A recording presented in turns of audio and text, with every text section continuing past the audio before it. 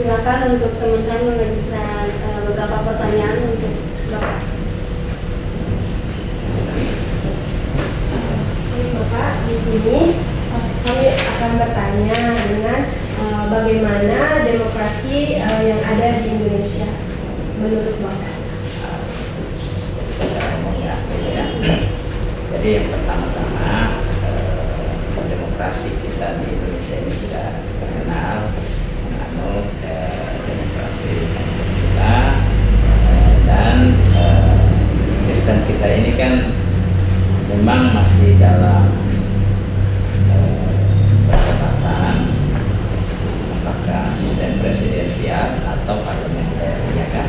Tapi kan kita sudah lihat bahwa sistem negara kita ini berdasarkan republik, ya, tentu presidensial.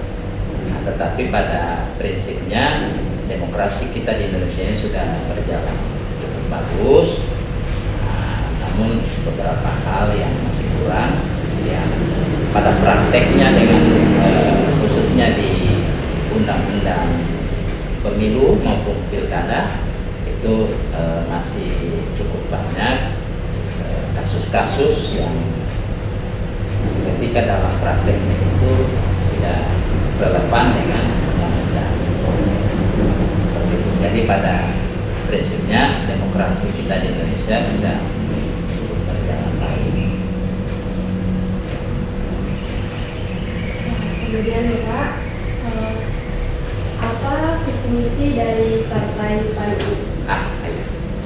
Jadi kalau PAN ini ada lihat itu kan ada logo. Jadi logo itu tidak sembarang dipakai oleh satu partai politik, ya. Jadi kita itu berlambangkan matahari, ya. Jadi matahari itu punya arti yang sangat mendasar, di mana matahari itu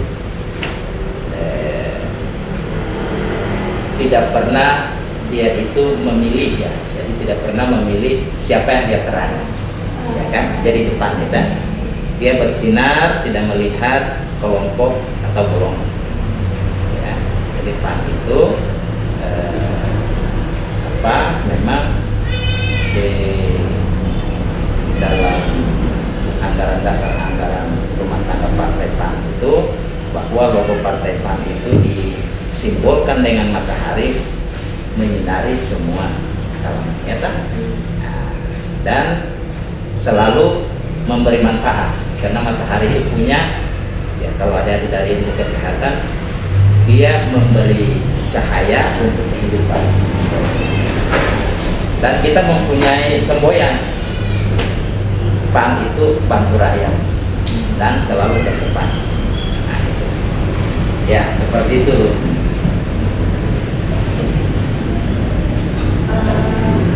Selanjutnya, tadi kan teman saya sudah tanya bagaimana demokrasi yang ada di Indonesia. Nah, di sini juga yang bertanya bahwa kira-kira bagaimana demokrasi yang terkait di wilayah Kota Ya, Kota Palu, khususnya Sulawesi Tengah, ya.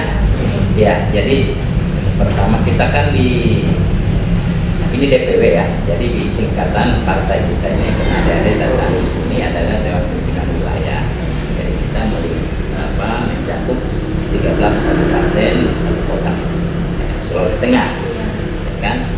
Nah, kalau pada prinsipnya, ya, demokrasi yang ada di Sulawesi Tengah, kemarin kita baru selesai menjalankan salah satu agenda nasional, tapi di tingkat daerah itu ada pemilihan bupati dan gubernur secara serentak. Itu yang perubahan undang-undang kemarin itu, yang semua daerah itu melakukan pemilihan kepala daerah secara serentak. Nah, itulah yang kita sebut demokrasi yang ada di Sulawesi Tengah ini cukup juga berjalan baik, ya, karena keberadaan partai-partai pendukung di sini berkompetisi mengajukan daripada calon-calon yang bertarung di pilkada, baik itu wali kota, bupati, gubernur. seperti itu. Jadi secara umum dan Sulawesi Tengah cukup bagus, cukup baik, lebih khusus lagi Kota Palu, ya seperti itu juga berjalan lancar karena tidak ada keributan yang terlalu signifikan. Lalu Bapak kira-kira kalau ada kampanye begitu dananya itu dari pemerintah atau bagaimana? Ya. Kalau khususnya pilkada ya, pilkada itu kalau dana kampanye itu ditanggung oleh kandidat dan partai pengusung, ya kan? Nah, khusus dari pemerintah itu memberi fasilitas seperti misalnya publikasi itu terhadap masyarakat melalui Komisi Pemilihan Umum. Nah, itu memang ada dana-dana pemerintah, dana rakyat ya dalam hal ini. Nah, kalau untuk dana kampanye itu dari kandidat yang bersangkutan. Nah, sama kalau untuk pemilihan umum itu dana kampanye itu berasal dari partai itu sendiri. Ya, jadi tidak diberikan dari pemerintah. Fasilitas saja itu tidak boleh kalau dalam kampanye, fasilitas negara dalam hal ini menyangkut pemerintah baik pusat maupun daerah itu tidak boleh dilibatkan. Nah, termasuk masalah PNS atau ASN, TNI, Polri itu kita selalu dengan harus bersikap netral. Jadi mereka itu tidak bisa dilibatkan. Baik Bapak, selanjutnya saya ingin bertanya, apakah ada program unggulan dalam bidang pendidikan dan kesehatan?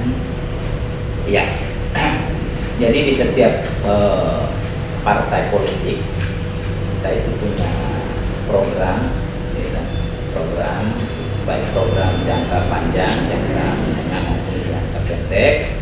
Nah, kalau khususnya yang dipertanyakan tadi adalah program pendidikan. Nah, di Partai PAN itu memang sejak didirikan partai ini yang terutama masalah pendidikan politik itu memang kita sudah diberikan ruang pendidikan politik yang baik bagaimana terhadap masyarakat, terhadap pemilih. Kita dari Partai PAN itu ada beberapa bidang-bidang, termasuk membidangi masalah litbang, masalah pendidikan kebudayaan. Nah, itulah yang memberikan pemahaman tentang pendidikan demokrasi, pendidikan politik. Di situ kita didapat. Nah, kenapa? Karena biasanya kan rata-rata yang diberi pendidikan politik itu para pemilih pemula. Mulai dari tingkat SLTA yang sudah berhasil, termasuk teman-teman mahasiswa. Kemudian pendidikan secara global yang dimaksud bagaimana perhatian terhadap pendidikan, ya kan? Makanya kita setiap mengusung kepala daerah, ya kan? Mengusung kepala daerah, mengusung calon anggota DPR, mengusung calon presiden dan wakil presiden. Ya, kita harus minta visi misi daripada calon yang mengusung itu. Mereka mau tempatkan di mana sektor pendidikan, ya kan? Karena ini sangat penting, termasuk pendidikan, kesehatan, ini yang faktor utama. Ya, kan kalau kita keluar ya, jadi di beberapa negara maju itu hanya 2 program ini yang mereka beri dana besar ya untuk mensejahterakan sebuah bangsa. Apa itu? Kalau pendidikannya bagus, kesehatannya bagus, sejahteralah sebuah bangsa. Itu kan kata kuncinya. Nah, jadi kalau orangnya sehat, pendidikannya bagus, ya pasti dengan sendirinya baik itu kemiskinan, baik itu pengangguran maupun kekurangan tenaga kerja apa.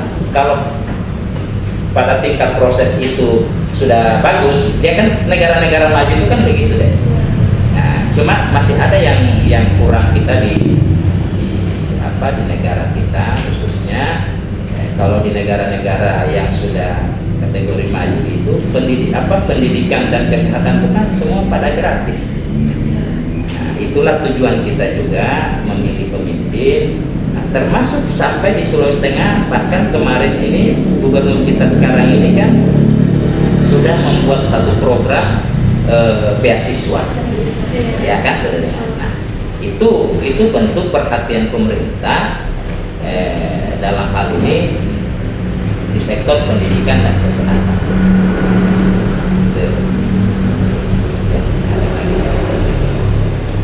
Selanjutnya Pak, saya ingin bertanya tadi Bapak, apakah Partai PAN biasanya menggunakan serangan hajar saat pemilu? Nah, itu yang paling bagus sebenarnya sebagai satu pertanyaan. Jadi kenapa beberapa partai politik mereka itu tidak menggunakan pendidikan politik itu sebagai program utama? Karena itu, ya kan, mereka lebih mengutamakan demokrasi ini yang pragmatis. Nah, inilah yang merusak demokrasi kita deh. PAN dalam hal ini sangat tidak relevan dengan visi misi dan tujuan Partai PAN, ya kan? Partai PAN kenapa selalu bantu rakyat, kenapa selalu terdepan, kita punya semboyan.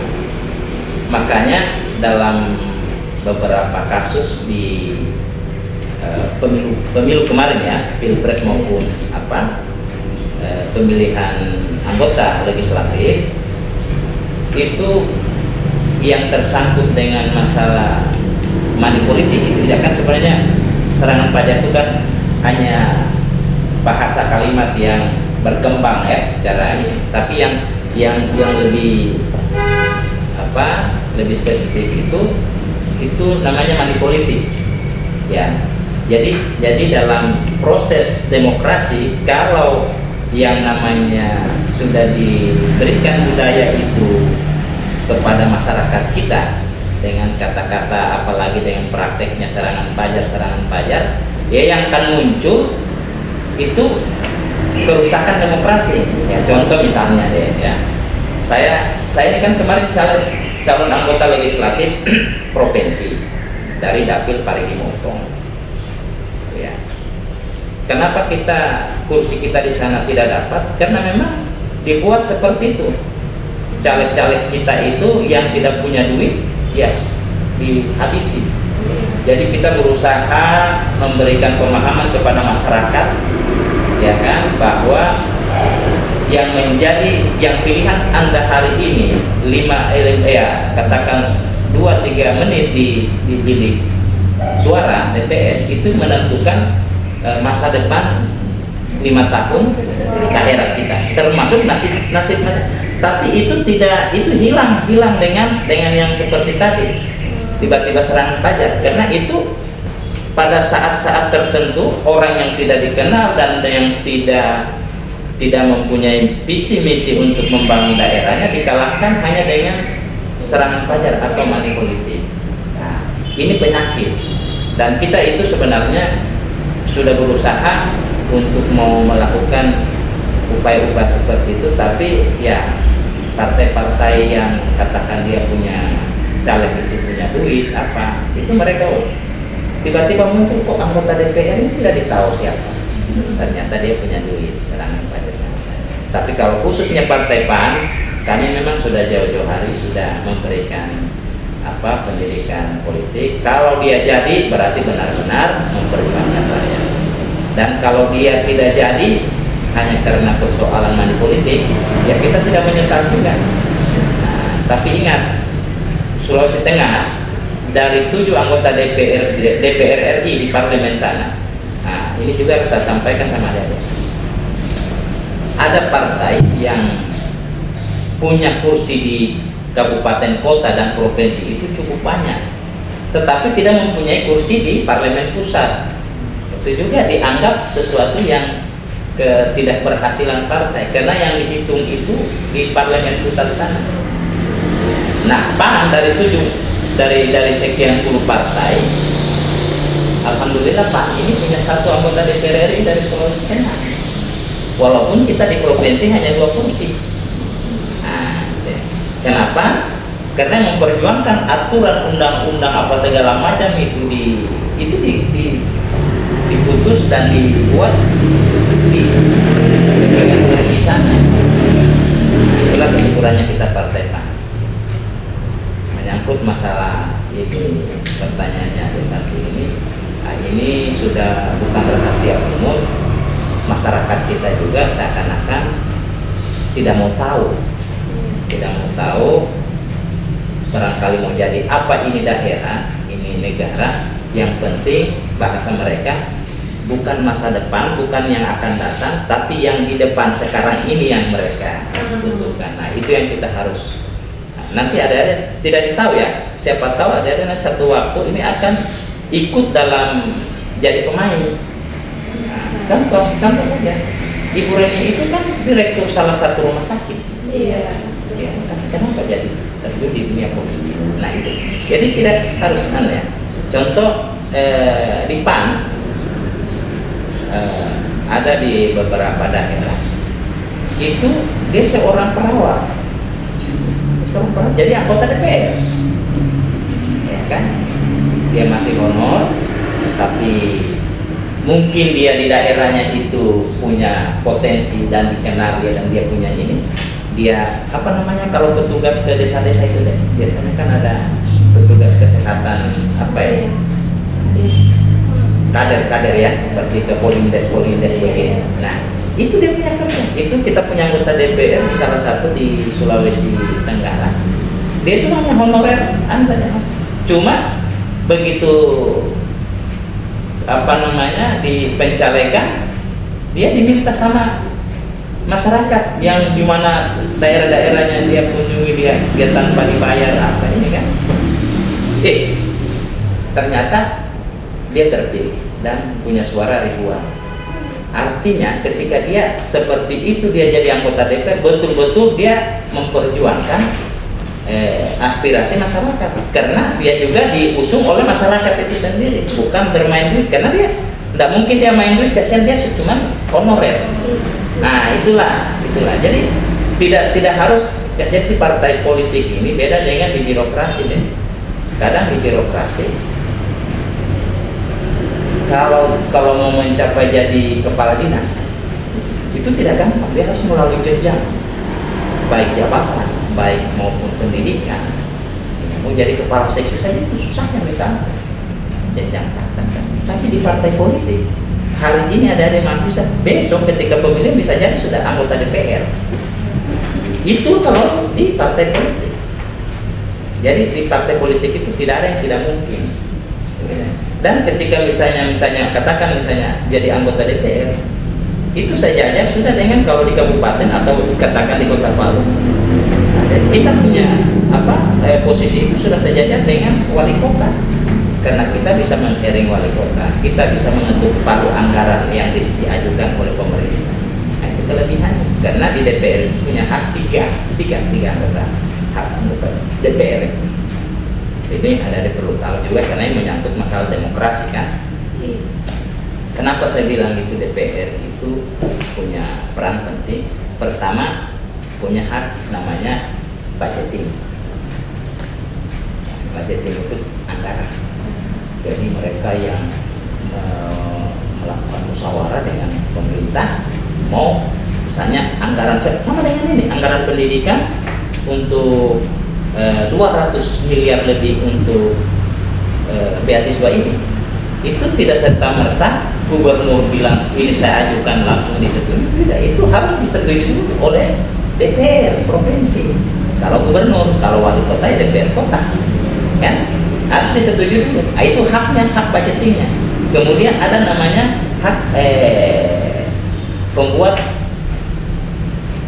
yang namanya kalau di daerah ya, kalau di daerah itu pembuat namanya peraturan daerah atau perda.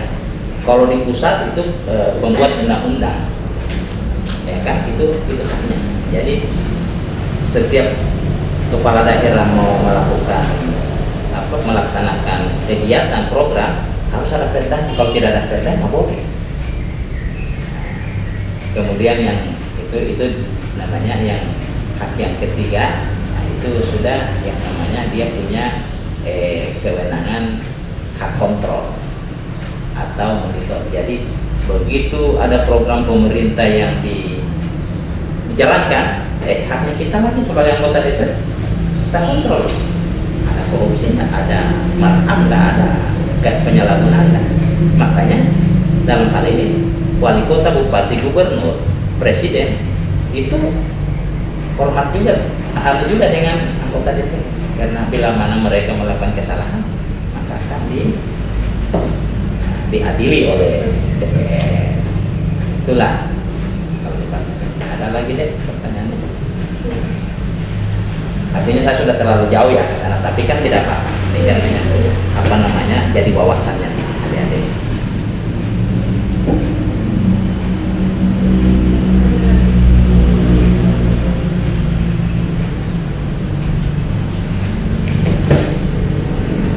Tidak apa-apa, bebas saja deh tentang bukan hanya masalah demokrasi, tentang mungkin bagaimana tujuannya kita berpartai untuk apa, ya kan?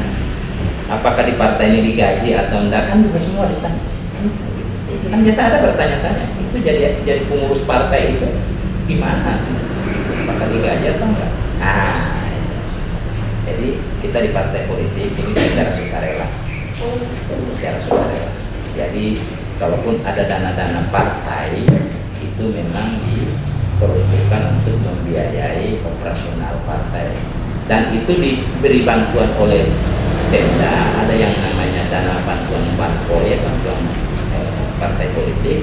Itu dihitung berdasarkan berapa jumlah suara dan kursi yang ada di DPR tingkatan, termasuk kota, provinsi, DPR. Itulah yang kita terima kalau kita di sini provinsi itu berapa puluh ribu suara, kita yang akumulasi, dan berapa kursi yang ada di DPR.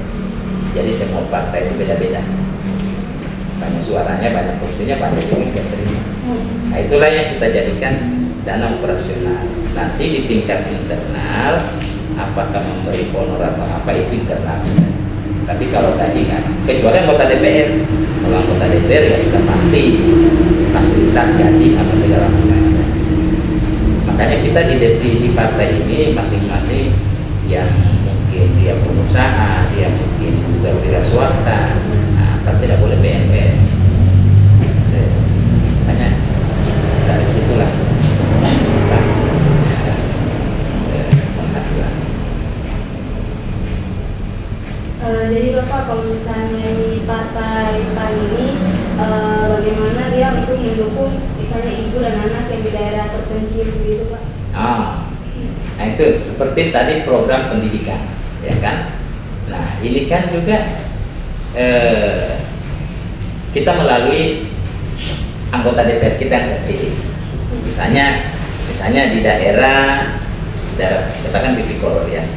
Di Pikoror kan kalau ada 2 anggota DPR kita yang di Kabupaten Sigi, kalau ada yang dari dapil sana ya naik, tapi kalau nggak salah di Sigi cuma 1, dia cuma daerahnya, berarti dari partai. Kalau partai untuk tingkat provinsi itu kita ada, jadi 1 dapil itu Sigi Donggala. Nah Sigi Donggala ada program, ada namanya stunting, ya kan? Stunting itu menjadi program nasional yang turunannya itu sampai ke tingkat bawah, tingkat daerah. Nah, makanya mereka setiap ada namanya, jadi anggota DPR itu ada 2, dia punya sering mereka ada namanya kunjungan dapil, kemudian ada yang namanya masa reses. Disitulah anggota DPR itu menggali.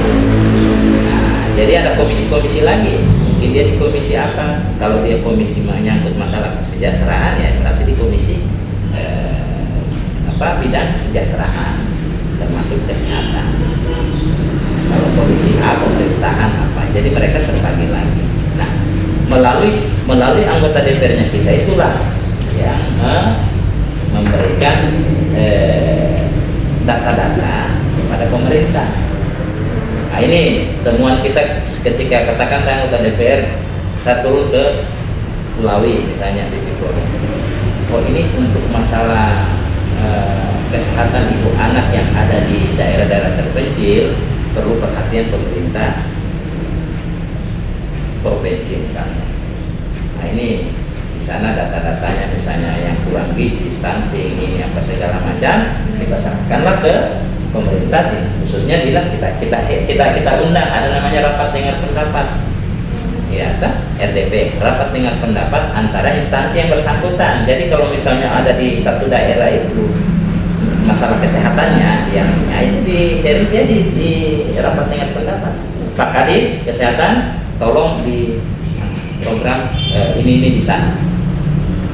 Begitu dia punya prosesnya. Tidak langsung ke gubernur, tapi gubernur dinas kesehatan punya bagian. Ada lagi yang biasa namanya bagian gizi. Nah, biasanya itu mereka kurang gizi ini, penyakit menular ini.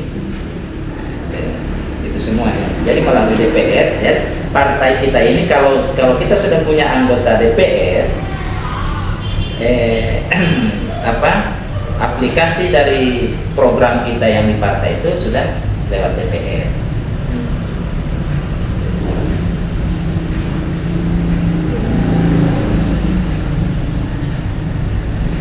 Jadi Bapak, itu beberapa pertanyaan yang dapat kami ajukan.